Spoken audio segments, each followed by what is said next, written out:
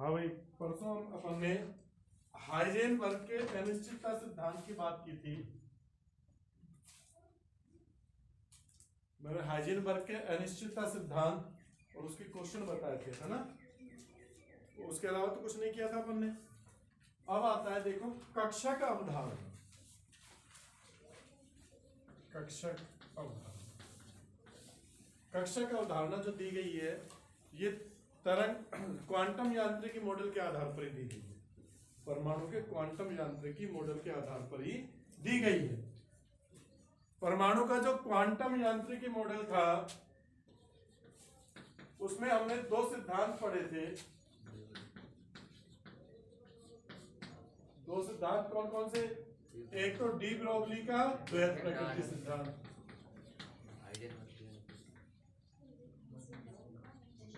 और हाइजेनबर्ग का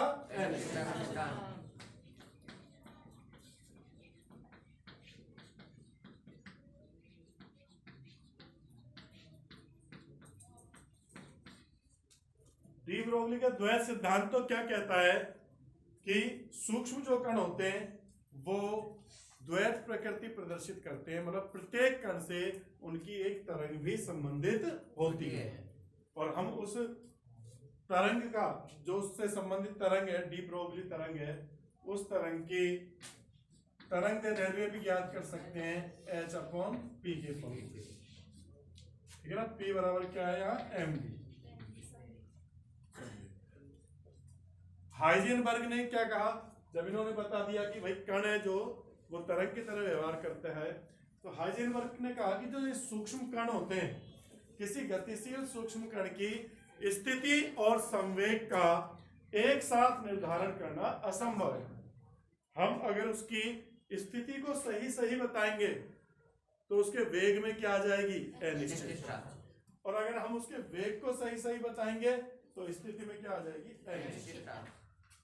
तो इस बात के बाद एक श्रोडिंगर वैज्ञानिक थे, श्रोडिंगर।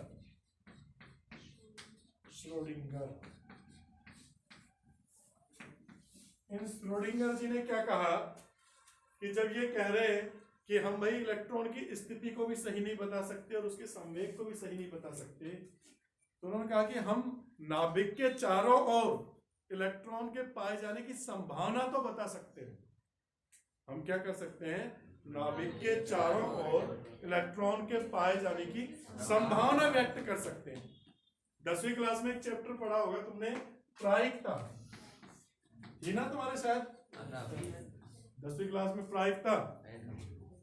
तो श्रोडिंगर ने प्रायिकता का ही सहारा लिया। प्रायिकता में भी अपन क्या करते हैं? संभावना बताते हैं कि 52 ताश के पत्तों में हुक्म का इक्का आने की संभावना कितनी है। ऐसे क्वेश्चन थे ना तुम लोगों ने किए। तो इसने भी ये बताया कि नाभिक के चारों ओर इलेक्ट्रॉन के पाए जाने की संभावना कहाँ ज्यादा है?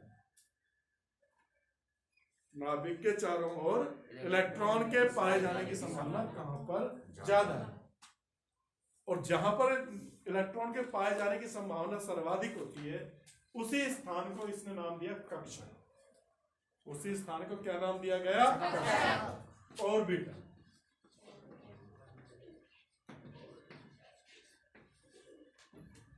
तो कक्ष अलग चीज है और कक्षक अलग चीज है। कक्ष तो शैल ही होते हैं, शैल या कोश। ये तो बोर ने दिए थे, बोर के वृत्ताकार कक्षक, बोर के वृत्ताकार पथ, हाँ ये। और कक्षक क्या है? नाभिक के चारों ओर का वह त्रिविमीय स्थान जहां इलेक्ट्रॉन के पाए जाने की संभावना सर्वाधिक हो, या इलेक्ट्रॉन के पाए जाने की प्रायिकता क्या हो? सर्वाधिक हो। उस स्थान को ही क्या कहा जाता है? कक्षक कहा जाता है। ठीक है, तो पहले कक्षक की डेफिनेशन लिखो।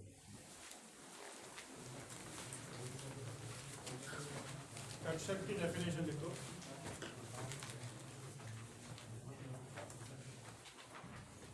कक्षक या ऑर्बिटल,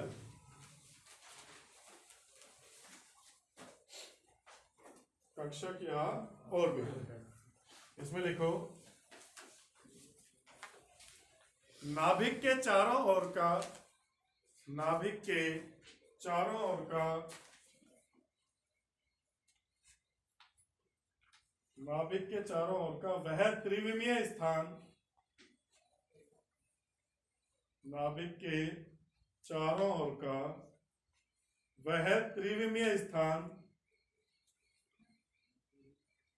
जहां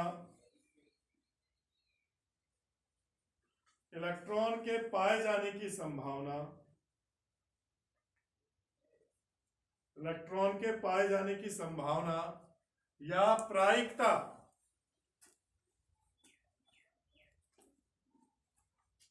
इलेक्ट्रॉन के पाए जाने की संभावना या प्रायिकता सर्वाधिक होती है।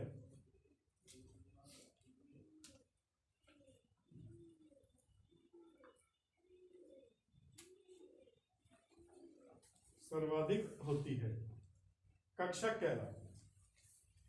कक्षक कहलाते हैं।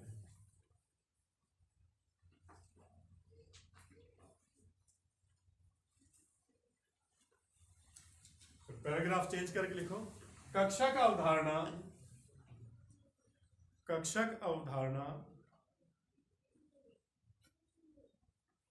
क्वांटम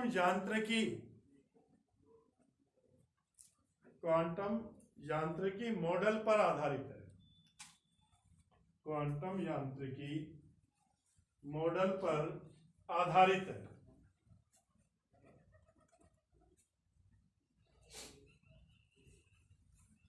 ठीक है, अब समझो आगे।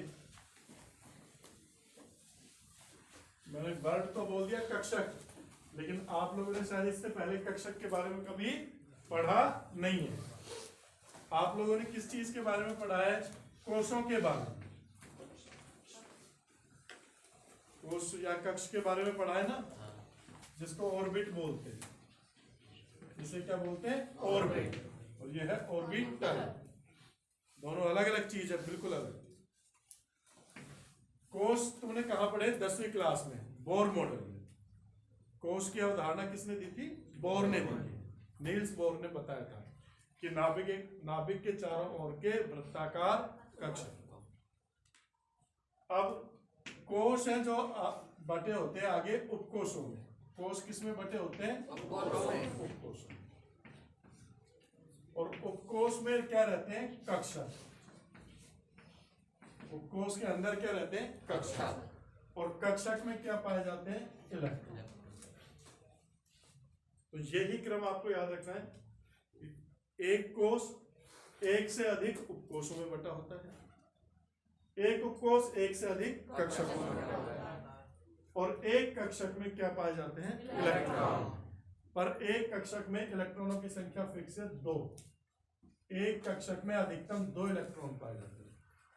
एक कक्षक में कितने इलेक्ट्रॉन पाए जाते हैं? 2 इलेक्ट्रॉन। निश्चित है, ये क्या है? निश्चित है। एक कक्षक में अधिकतम 2 इलेक्ट्रॉन पाए जाएंगे।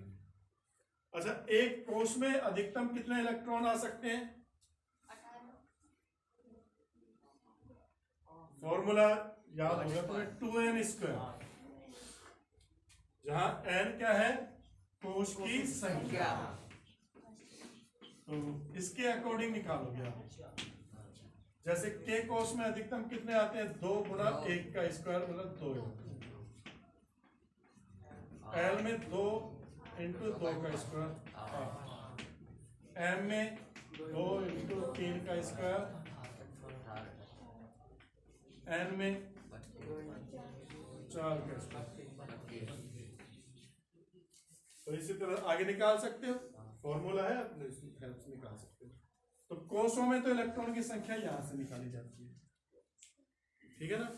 एक कक्षक में अधिकतम 2 इलेक्ट्रॉन होते हैं। कोष में 2 से अधिक इलेक्ट्रॉन खूब आ रहे हैं, 2 भी आ रहे हैं, 8 भी आ रहे हैं, 18, 32 में बढ़ती जाती है। अब आती है कि एक कोष में कितने उपकोष हैं, इस बात का पता कैसे लगता है? फिर उस उपकोष में कितने कक्षक हैं, इस बात का कैसे पता लगेगा? ठीक है ना? एक कोष में कितने उपकोष हैं, फिर उस उपकोष में कितने कक्षक हैं, और फिर उन कक्षकों में कितने इलेक्ट्रॉन, इन चीजों का पता कैसे लगता है। तो इसके लिए अपन आगे एक टॉपिक पढ़ेंगे, क्वांटम संख्याएं। क्वांटम संख्या से ही क्या पता लगता है, इन चारों के बारे में पता लगता है। क्वांटम संख्या क्या होती है, जो किसी परमाणु में उपस्थित इलेक्ट्रॉन की स्थिति के बारे में पूर्ण जानकारी देती है। वो बताती है कि वो इलेक्ट्रॉन कौन से कोष में, किस उपकोष में, किस कक्षक में मौजूद है। अभी केवल इतना जान लो कि उपकोष है जो 4 होते हैं, एस पी डी,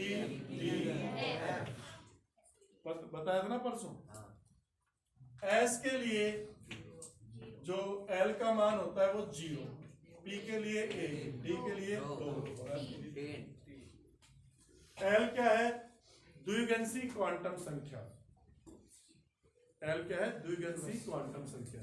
जैसे यहाँ पे एन के एल एम एन, एन का मान क्या होता है, के एल एम एन, तो यहाँ पर एल उपकोष का मान या द्विगंशी क्वांटम संख्या का मान होता है। तो एस उपकोष के लिए 0 होता है, पी के लिए 1 होता है, डी के लिए 2 होता है, एफ के लिए 3 होता है। अब इन एस उपकोष में एक ही कक्षक होता है, एस कक्षक। एस उपकोष के पास क्या होता है, एक ही कक्षक होता है, एस कक्षक, एस कक्षक। फिर पी जो उपकोष है, पी उपकोष के पास 3 कक्षक होते हैं। पी उपकोष के पास क्या होते हैं, 3 कक्षक। 3 कक्षक कौन कौन से, पी एक्स, पी वाई और पी जेड। ठीक है, 3 कक्षक मौजूद है। और डी जो है, डी के पास 5 कक्षक होते हैं।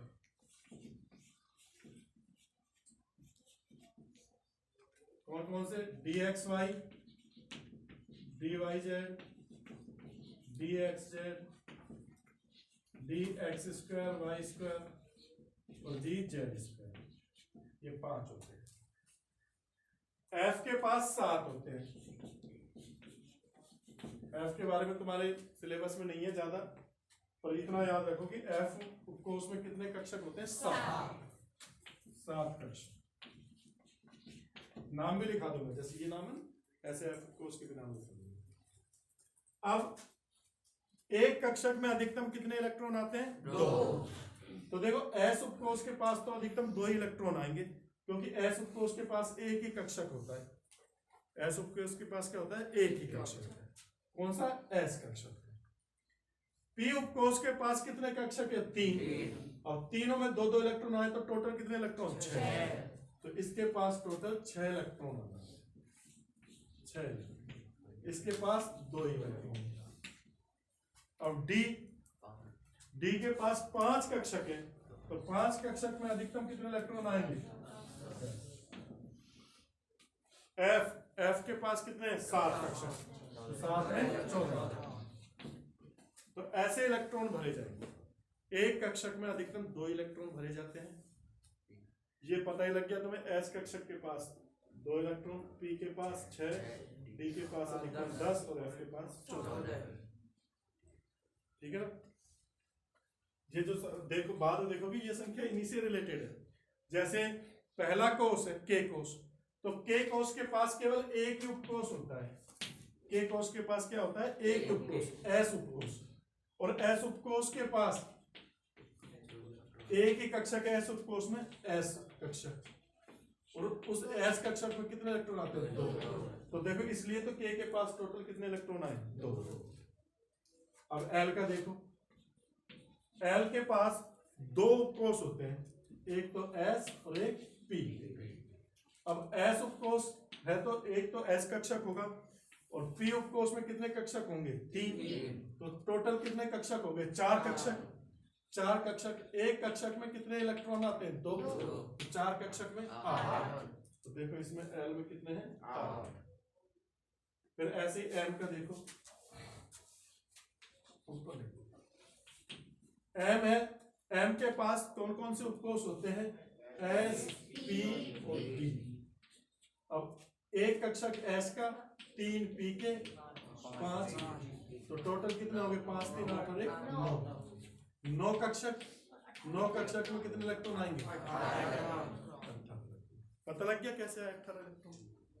ये इलेक्ट्रॉनों के भरने का कुछ दिमाग में बैठा, कैसे भरे जाते हैं।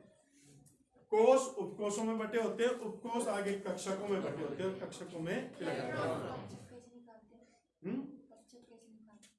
कक्षक और उपकोश निकालने का तरीका भी बताऊंगा मैं, ठीक है ना। पहले तुमको ये उतारना पड़ेगा, उसके बाद उतारने सारा त्रिकोण है।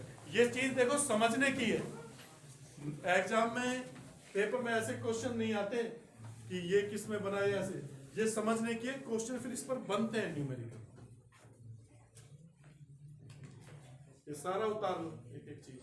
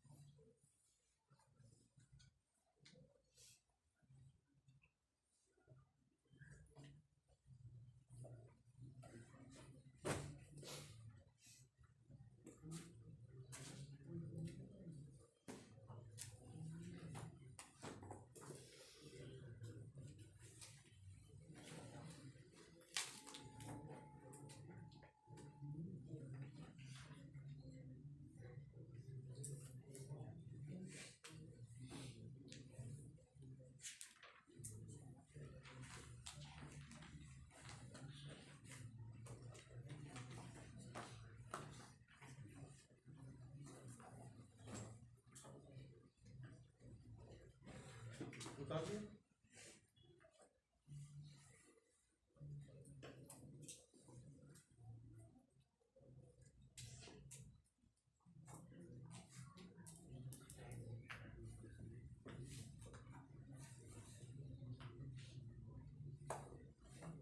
के लिए तो मैं टाल दूं ना।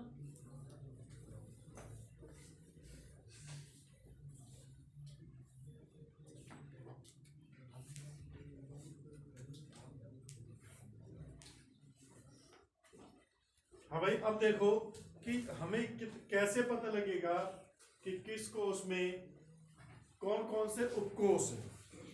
इन उपकोषों का पता कैसे लगता है, कितने उपकोष हैं और कौन कौन से। इसका पता लगाने का देखो क्या तरीका है कि किसी कोष में जो उपकोषों की संख्या होती है वो उस कोष की संख्या के बराबर ही होती है।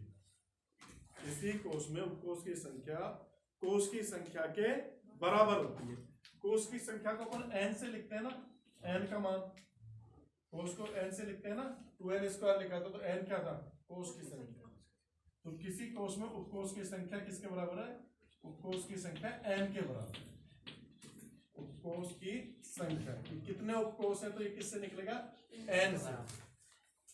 जैसे k के लिए n का मान क्या होता है, एक। इसका मतलब पहले कोष के पास एक ही उपकोष। देखो k कोष था पहला, इसके पास एक ही उपकोष था s। फिर l के लिए n का मान क्या होता है, 2। तो इसका मतलब l कोष में या दूसरे कोष में उपकोष कितने हैं, 2। कौन कौन से, s और p। पहले के पास केवल s ही था। ऐसी m के लिए n का मान कितना है, 3। तो इसके पास 3 उपकोष है, कौन कौन, s, p और d। n के लिए n का मान क्या है, 4। तो इसके पास 4 ही है। तो ये तो उपकोष का पता लग जाएगा किसके मान से, n के मान से।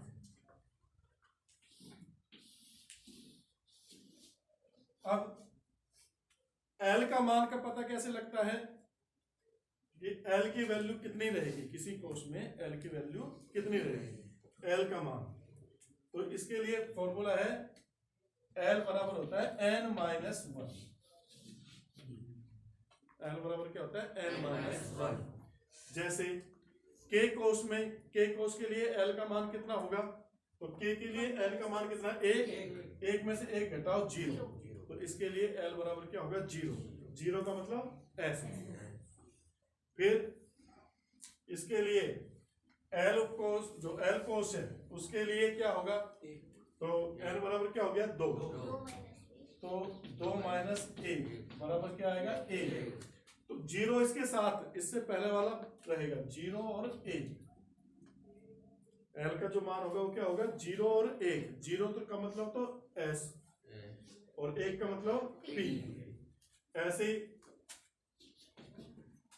m के लिए पूछोगे तो n बराबर क्या है, 3। तो 3 माइनस 1 करोगे 2। तो इसके लिए होगा 0, 1, 2। ठीक है। मान जो निकालते हैं वो कैसे निकालते हैं, l के मान। 4 के लिए करोगे तो 4 माइनस 1 करोगे 3। तो 0, 1, 2, 3। 0 का मतलब s, 1 का मतलब p, 2 का मतलब d और 3 का मतलब f। ये l के मान निकाले जाते हैं इस तरह से। इन दोनों फॉर्मूले से पता करते हैं अपन कौन से किसमें कौन कौन से उपकोष उपस्थित हैं और उस उपकोष में कौन कौन से कक्षक। ये इसी फॉर्मूले से मिलता है। ये सब अपन पढ़ेंगे क्वांटम संख्या में, ठीक है ना। इससे पहले एक टॉपिक डालो,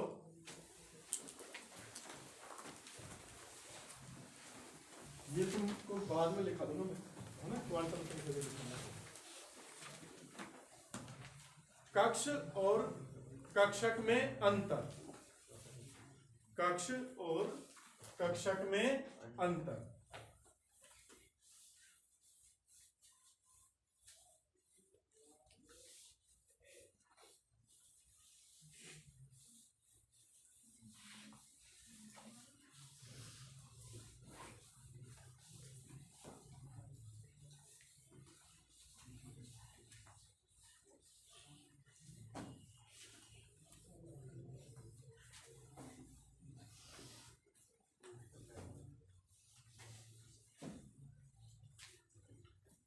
एक तरफ तो कक्षक डाल लो, लाइन खींच लो, और एक तरफ कक्ष। कक्षक के लिए ऑर्बिटल,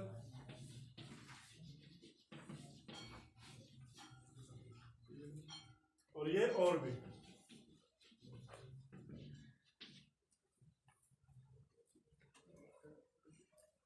कराएंगे अगली क्लास में।